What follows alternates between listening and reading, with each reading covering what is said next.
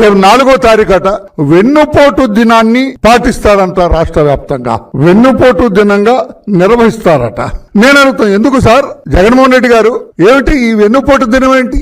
చంద్రబాబు నాయుడు గారి కూటమి ప్రభుత్వం సంవత్సర కాలంగా ఏమేమి చేస్తుందో మీకు తెలీదా? వెన్నుపోటు దినంగా ఎందుకు మీరు పరిగణిస్తున్నారు?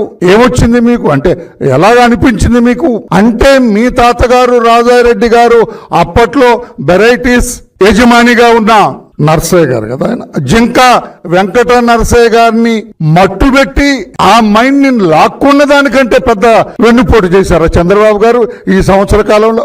ఎవరికి పొడిచారు ఆయన వెన్నుపోటు?